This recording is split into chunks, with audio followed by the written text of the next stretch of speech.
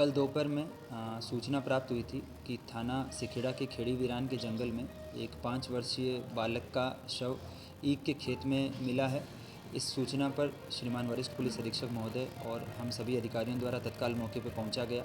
मौके का जो है वो बारीकी से मुआयना किया गया और जो घटनास्थल है उसका मुआयना करने पे 2 चीज़ें स्पष्ट हुई।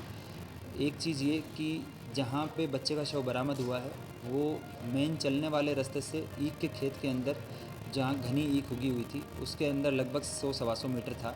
तो वहाँ उस घटनास्थल पे किसी को बच्चे के बारे में सूचना मिलना ऐसे व्यक्ति को ही हो सकता है जिसको उसके बारे में पहले से जानकारी रही हो।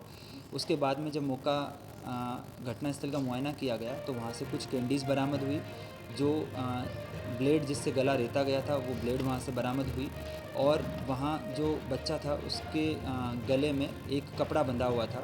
उस कपड़े के बारे में जब इर्द गिर्द सघनता से तलाश की गई तो एक व्यक्ति मौके पे ऐसा मौजूद मिला जिसके हाथ की बाँह एक पूरी थी और दूसरी बाँह जो है वो फटी हुई थी।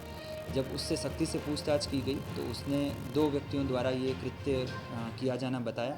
इसमें एक का नाम अजय है जो उसी गांव का रहने वाला है, दूसरा निर्दोष है वो भी इसी गांव का रहने वाला है। जो अक्यूज्ड अजय है ये जो मृतक बच्चा है इसकी रिश्तेदारी में मामा लगता है और ये बच्चा मूल रूप से नई मंडी थाना क्षेत्र के मेगाखेड़ी का रहने वाला है, लेकिन ये दशहरे के उपलक्ष्य में अपने ननिहाल गया हुआ था और वहाँ पे कल सुबह 9 बजे के आसपास ये गांव से गायब हुआ और फिर उसके बाद में लगभग दोपहर में 2:30-3 बजे के आसपास इसकी मौत की सूचना पुलिस को प्राप्त हुई थी।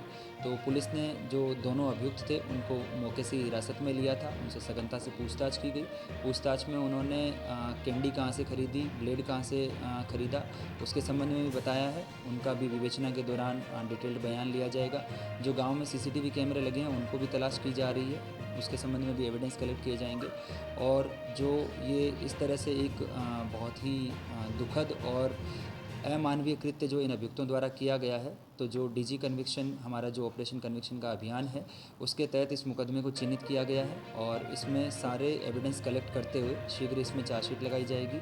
CO नई मंडी इस पूरे मामले का पर्यवेक्षण करेंगी और चार्जशीट लगाने के उपरांत माननीय न्यायालय में इसकी पैरवी करके और इन दोनों अभियुक्तों को कड़ी से कड़ी सज़ा दिलाने का प्रयास मुजफ्फरनगर पुलिस करेगी।